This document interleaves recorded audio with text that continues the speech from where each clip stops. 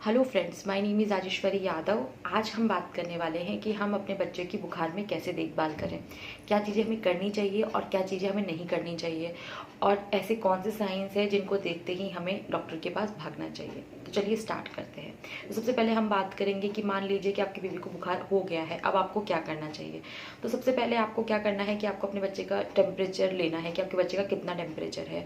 वो आपकी आगे भी हेल्प करेगा, वो मैं बाद में बताती हूँ, लेकिन सबसे पहले आपके बच्चे को टेम्परेचर लेना है कि आपके बच्चे को कितना टेम्परेचर है, क्योंकि हमें ये जानना ज़रूरी है कि उसका टेम्परेचर कितना है।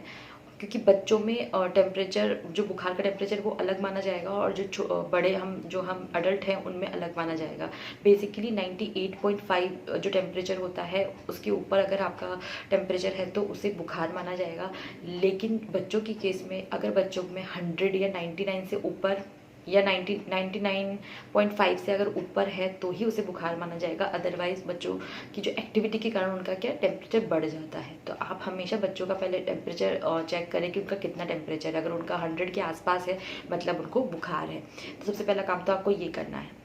सेकेंड चीज़ आपको ये करनी है कि आपको पता होना चाहिए कि आपकी जो बच्चा है उसकी एज और उसके वेट के अनुसार बच्चे को कितनी पैरासीटामोल देनी है। आप ऐसा नहीं है, क्योंकि सबको पता है कि बुखार के अंदर पैरासीटामोल दवाई दी जाती है, बट आपको ये ज़रूर पता होना चाहिए कि उसका डोज कितना देना है, क्योंकि डोज बच्चे की एज और वेट के अनुसार दिया जाता है।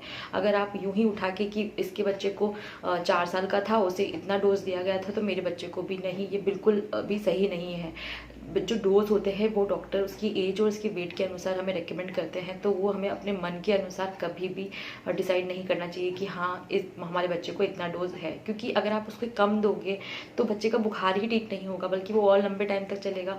और अगर आप ज़्यादा दोगे तो बच्चे की जो लीवर है उसको वो डैमेज कर सकता है। तो ये दोनों ही केस में ठीक नहीं है। आपको हमेशा जो बुखार की जो डोज है हमेशा अपने डॉक्टर से कंसल्ट करके उसकी एज और उसकी वेट के अनुसार उसको देना है।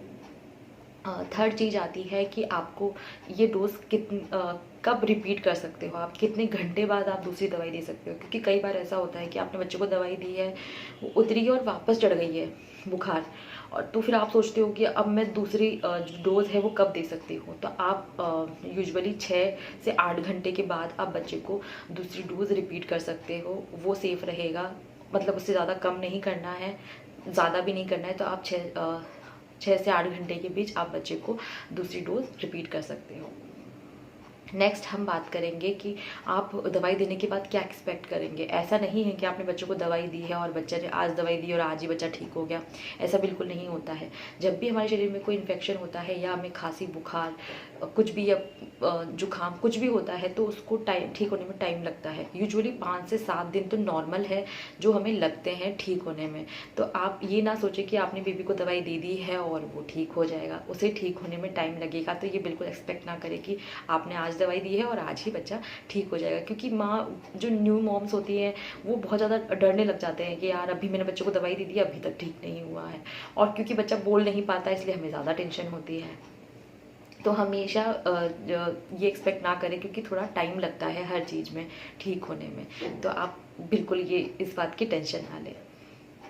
इसके बाद आपको ये देखना बहुत ज़्यादा ज़रूरी है कि आपके बच्चे को बुखार के साथ और क्या चीज़ है, मतलब कौन सा इन्फेक्शन आपके बच्चे को हुआ है जिसकी वजह से बच्चे को बुखार आया है। ये चीज़ जानना बहुत ज़्यादा ज़रूरी है, क्योंकि जब तक आप जिसकी वजह से बुखार आया है वो ठीक नहीं करोगे तब तक आपको बुखार की दवाई देने से कोई मतलब नहीं है, कोई फ़ायदा नहीं होगा, वो चढ़ती ही रहेगी। क्योंकि आपने इन्फेक्शन को तो ट्रीट ही नहीं किया है। मान लीजिए उसको जुकाम है, उसे खांसी है, उसे ईयर इन्फेक्शन है, उसे हो सकता है कि उसमें टॉन्सिल्स हो गए हो, उल्टियाँ के कारण उसे बुखार आया हो या दस्त के कारण उसे बुखार आई हो। तो जब तक आप उस रीज़न को ट्रीट नहीं करेंगे बुखार ठीक नहीं होगा। तो आप हमेशा ध्यान दीजिए कि आपके बच्चे को बुखार के साथ और क्या चीज़ हुई है, तो आप साथ साथ उसका भी इलाज कीजिए, उसकी भी दवाई दीजिए, ताकि बच्चा जल्दी से जो उसकी बुखार है वो उतर जाए। तो आपको इस चीज़ का भी अच्छे से ध्यान रखना है कि उसको साथ क्या हुआ है। क्योंकि जब मेरा बेटा है, जब उसे 2 साल पहले जब उसे बुखार आया था तो हम डॉक्टर के पास गए थे, तब कोरोना चल रहा था। तो डॉक्टर ने उसे बहुत दूर से चेक किया, तो डॉक्टर को समझ नहीं आया। मुझे लगता था कि शायद उसकी छाती में कफ जम गया है। डॉक्टर ने उस अनुसार दवाइयाँ दे दी, अब उसकी बुखार उतर ही नहीं रही है, उतर ही नहीं रही है।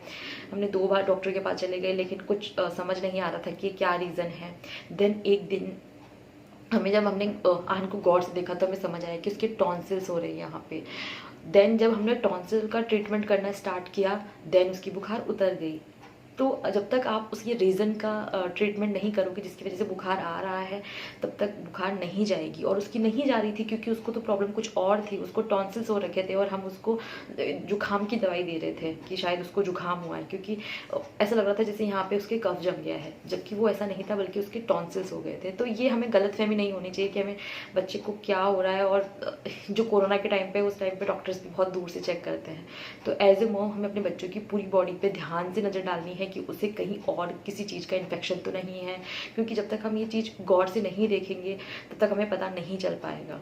तो आप इस चीज़ का भी ज़रूर ध्यान रखिए कि जब भी आपके बच्चे को बुखार आए, आप अपने बच्चों की अच्छे से चेक करें कि आपके बच्चों को और कोई चीज़ की प्रॉब्लम तो नहीं है, उनको टॉन्सिल्स तो नहीं हुआ है या उसे पेट में दर्द तो नहीं हो रहा है। तो इस चीज़ का भी आप अच्छे से ध्यान रखिए। नेक्स्ट हम बात करेंगे कि आप बच्चे को ज़बरदस्ती दवाइयाँ ना दें। जब आपको लग रहा है कि आप बच्चे को बुखार नहीं है या जैसे हल्का सा गर्म है, तो आप ज़बरदस्ती से दवाई ना दीजिए, क्योंकि दवाई देना भी उसके एक साइड इफ़ेक्ट होते हैं। मतलब वो ठीक तो करता है लेकिन वो कुछ साइड इफ़ेक्ट भी देके जाता है। और जो बुखार की दवाई उसके तो पीछे लिखा होता है कि अगर इसको ज़्यादा यूज़ किया जाएगा तो ये बच्चे के लीवर के लिए शायद डेंजरस है। तो ये उस पर लिखा होता है, तो हमें किसी भी चीज़ का ओवर नहीं करना चाहिए। हमें उसे दवाई तब तक देनी जब तक वो ठीक नहीं होता है, और ठीक होने के बाद हमें दवाई नहीं देनी है। कई बार ऐसा होता है ना कि हम देते ही जाते हैं, तो वो चीज़ नहीं करनी है। नेक्स्ट हम बात करेंगे कि हमें बच्चे को कपड़े कैसे पहनाने चाहिए। हमें बहुत ज़्यादा उसको कपड़े नहीं पहनाने चाहिए, क्योंकि होता क्या है कि बुखार के दौरान ज़्यादातर माँ बाप को पता नहीं चलता है कि हमें बच्चे को क्या करना चाहिए, उनको बहुत अच्छे से कपड़े पहना देते हैं। जबकि हमें बच्चे को नॉर्मल जो कॉटन क्लोथ्स होते हैं वो पहनाने हैं। हमें उनको ऐसा नहीं है कि बिल्कुल खुला छोड़ देना है, हमें उनको अच्छे से कि उसके शरीर पर एक लेयर कॉटन क्लोथ की हो, जिसमें ना उसे गर्मी लगे और ना ही उसे ठंड लगे। तो ये आपको ज़रूर ध्यान रखना है कि बच्चे को सूती कपड़े पहनाने हैं। नेक्स्ट हम बात करेंगे कि हमें बच्चों को कैसे टेम्परेचर में रखना चाहिए। तो जब बच्चों को बुखार आता है तो हमें बच्चों को नॉर्मल टेम्परेचर में रखना चाहिए। ऐसी जगह जहाँ पर हवा आ रही हो, ऐसे कमरे में। ऐसा नहीं कि आपने पंखा बंद कर दिया है, पंखा भी चलने दीजिए। ऐसा भी नहीं है कि आप उसे बहुत ठंडी जगह ले जाइए, बिल्कुल नहीं। आप एसी वेसी बिल्कुल ऑन नहीं कीजिए। बस आप ये रहे कि बच्चे को ना तो गर्मी लगे ना उसको ठंड लगे। वो जो टेम्परेचर होता है वो बच्चे के लिए बेस्ट होता है। तो बच्चे को हमेशा बुखार के अंदर ऐसे ही टेम्परेचर पे रखना चाहिए, जहाँ ना उसे ठंड लगे ना उसे गर्मी लगे। क्योंकि कई बार क्या होता है, हम उसे बहुत ज़्यादा कपड़े पहनाते हैं जिसकी वजह से उसका टेम्परेचर और ज़्यादा बढ़ जाता है, जो कि हम बिल्कुल नहीं चाहते हैं। नेक्स्ट हम बात करेंगे कि हमें बच्चे को नहलाना चाहिए या नहीं नहलाना चाहिए, या उसे कब स्पॉन्ज करना चाहिए। तो अगर आपके बच्चे को जो बुखार है वो 100 है या 101 है, तो आप उसको क्विक बात देनी चाहिए। मतलब आप फटाफट गए और नहलाया और ले आए। और अपने बच्चे को कभी भी बुखार के अंदर जो मतलब जो ठंडा पानी होता है उससे कभी भी बात नहीं देनी है, क्योंकि अगर हम कभी भी बच्चे को ठंडे पानी से बात देंगे तो बच्चे को और ज़्यादा बुखार आ जाएगा, क्योंकि एकदम से उसकी बॉडी ठंडी होगी फिर देन वापस गर्म होगी।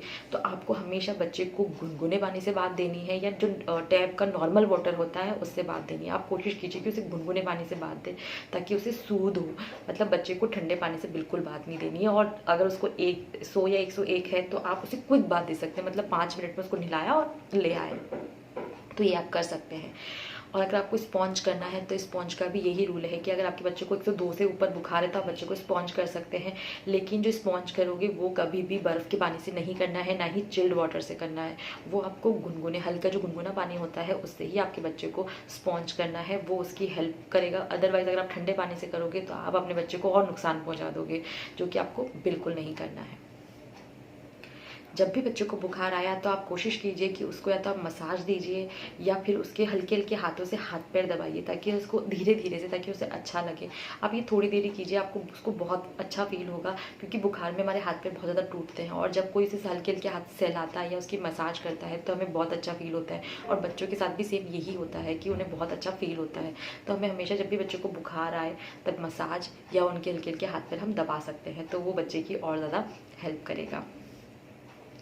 नेक्स्ट हम बात करेंगे कि हमें बच्चों को क्या क्या खाना देना चाहिए, हमें उसे क्या डाइट में से चेंजेस करने चाहिए जिसके बच्चों की हेल्प हो सके। तो हमें हमेशा बच्चों को बुखार में लिक्विड देना चाहिए ज़्यादा, जैसे खिचड़ी हो गई, दलिया हो गया, ओट्स हो गया, सूप हो गए, मतलब ऐसी चीज़ें जिससे कि बच्चों को अच्छा लगे, मतलब हल्की चीज़ें होनी चाहिए जिसको पचाने में बच्चे को ज़्यादा मेहनत ना करनी पड़े और ना उसे खाने में ज़्यादा मेहनत हो, क्योंकि बुखार के टाइम पे बच्चों का खाने का बिल्कुल मन नहीं करता है। जब आप उसको रोटी खिलाओगे तो वो बिल्कुल नहीं खा पाएगा। आप उसे पतली चीज़ें दीजिए। उसके 2 फ़ायदे हैं। फर्स्ट, क्योंकि जब बुखार आता है तो हमारा जो शरीर होता है वो गर्म होता है, तो हमारे शरीर में पानी की कमी होने की ज़्यादा चांसेस होते हैं। तो जब आप उसे पतली चीज़ें बना के देंगे तो वो इसकी पानी की कमी पूर्ति करेगा, पानी की जो कमी है उसकी पूर्ति करेगा। और सेकंड चीज़ ये हो जाता है कि उसे खाने में ज़्यादा प्रॉब्लम नहीं होगी। और उसका एक और फ़ायदा ये होगा कि जब अगर हम बुखार के दौरान अगर हम हैवी खाना खाएंगे तो जो हमारी बॉडी है वो क्या करेगी, खाने को पचाने में लग जाएगी। तो वो बुखार से जो के कारण जो इन्फेक्शन है जिसके कारण बुखार है उससे वो फाइट ही नहीं कर पाएगी। तो हमें उस टाइम बच्चों को बहुत हल्का खाना देना चाहिए ताकि जो उसकी बॉडी है वो खाने को पचाने में कम और जो इन्फेक्शन है उससे लड़ने में ज़्यादा टाइम अपना निकाले। तो आप इस चीज़ का भी ध्यान रखिए। तो आपको बच्चे को जो खिचड़ी, दलिया, लाइट चीज़ें देनी है जिससे कि बच्चे को खाने में भी आसानी हो और उसे पचाने में भी बहुत ज़्यादा आसानी हो। नेक्स्ट हम बात करेंगे कि हमें बच्चे का बुखार के दौरान पानी का इंटेक बहुत ज़्यादा बढ़ा देना चाहिए, क्योंकि उस टाइम पे बच्चे में पानी की कमी हो जाती है। तो हमें बिल्कुल भी बच्चे में शरीर में पानी की कमी नहीं होने देनी है। हमें उसका लिक्विड एकदम से बढ़ा देना है। आप उसको जो भी वो पीना पसंद करता है, जैसे कि कोई जूस हो गया या फिर नींबू पानी हो गया या नॉर्मल पानी हो गया, वही बच्चे को आप बार बार दीजिए ताकि बच्चों में जो पानी की कमी है वो बिल्कुल ना हो। उसके अलावा जब भी आप अपने बच्चे को दवाई दें उसके बाद मेक श्योर करें कि वो थोड़ी देर रेस्ट करे ताकि दवाई अपना अच्छे से काम दिखाए। ऐसा नहीं कि बस उसे दवाई दिया और वो इधर से उधर घूम रहा है, तो दवाई इतना अच्छा असर नहीं दिखा पाएगी और उसकी बॉडी और ज़्यादा टूटेगी। जब भी आपके बच्चे को बुखार हो आप उसको सोने से पहले ही दवाई दें ताकि वो रेस्ट कर सके और उसके शरीर को आराम मिल सके। जितना हो सके बच्चों को बुखार के दौरान रेस्ट करने दीजिए, वो उसके लिए बहुत ज़्यादा बेनिफिशियल होगा। अब हम बात करेंगे कि हमें ऐसे कौन से साइन दिखते ही हमें डॉक्टर के पास चले जाना चाहिए। तो जो सबसे पहला साइन होता है वो है कि अगर आपके बच्चे को दौरे पड़ रहे हो, आपको ऐसा लग रहा हो कि हाँ मेरे बच्चे को दौरे पड़ रहे हैं, तो आपको बिल्कुल घर पे नहीं रुकना है। आप क्योंकि जब बुखार बहुत ज़्यादा तेज हो जाती है तो वो सर तक में चढ़ जाती है। तो आपको बिल्कुल भी अगर 1 से 2 से ऊपर बुखार है तो आपको डॉक्टर के पास जल्दी से जाना चाहिए, वरना उसको दौरे भी पड़ना स्टार्ट हो सकते हैं। लेकिन अगर बच्चा कुछ भी नहीं खा रहा है तो भी आपको डॉक्टर के पास जाने की ज़रूरत है। और आपको जब भी आप अपने बच्चे को दवाई दो तो हमेशा उसे कुछ खिला के दो ताकि उसकी पेट के अंदर कुछ रहेगा तो दवाई कभी भी ज़्यादा नुकसान नहीं पहुंचा पाएगी, तो उसके साइड इफ़ेक्ट कम होंगे दवाई के। तो आप बच्चे को हमेशा खाना खिलाने के बाद ही दवाई दें। नेक्स्ट है कि आपको अगर बच्चा उल्टी दस्त हो रही है, उसे कुछ और सिम्टम्स हैं जो कि बहुत ज़्यादा हैं, तो आप बिल्कुल भी देर ना करें, घर पे बिल्कुल ना रुके और आपको डॉक्टर के पास जाना चाहिए। या फिर आप बुखार को ट्रीट करते हैं, आपको 4-5 दिन हो चुके हैं और उसके बाद भी बुखार बिल्कुल कम नहीं हो रहा है, वो अभी भी 102 से ऊपर या उतना ही बना हुआ है, तो भी आपको डॉक्टर के पास जाने की ज़रूरत है। शायद उसे कोई ऐसा इन्फेक्शन हुआ हो जो कि आपको पता नहीं चल पा रहा हो, क्योंकि कई बार ऐसा होता है कि हमें लगता है कि नॉर्मल बुखार है लेकिन वो नॉर्मल बुखार नहीं होता है, उसे किसी चीज़ का और इन्फेक्शन हो सकता है और हम उसे घर पर ही ट्रीट करते रहते हैं और जब हमें बहुत लेट हो जाते हैं तब तक वो बहुत ज़्यादा भयानक रूप ले चुका होता है। तो हमें ये गलती बिल्कुल नहीं करनी है। हमें अगर 5 से 7 दिन में अगर वो बुखार ठीक नहीं होती है तो आपको डॉक्टर के पास ज़रूर जाना चाहिए और उसके जो भी टेस्ट आपको डॉक्टर बोलेंगे वो ज़रूर करवाना चाहिए। क्योंकि हमें बुखार को कई बार हम इतनी लाइटली ले लेते हैं। बुखार अगर हम समय पे ट्रीट कर दें तो वो नॉर्मल है, लेकिन अगर हम उसको बिगाड़ दें, अगर हम उसे ढंग से ट्रीट नहीं करें तो वो बच्चे के लिए जानलेवा भी साबित हो सकता है। तो हमें हमेशा जब भी बच्चे को बुखार आए तब ज़्यादा टेंशन लेने की ज़रूरत नहीं है, लेकिन इतनी टेंशन लीजिए कि उसे आप ट्रीट कर सको। तो इस चीज़ का आप अच्छे से ध्यान रखिए, क्योंकि जो उनकी इनर्शियल एज होती है उसी में ही सबसे ज़्यादा डर होता है। तो ये थी आज की वीडियो। अगर ये वीडियो आपको अच्छी लगी हो तो मेरे चैनल को ज़रूर सब्सक्राइब कीजिए। Thank you.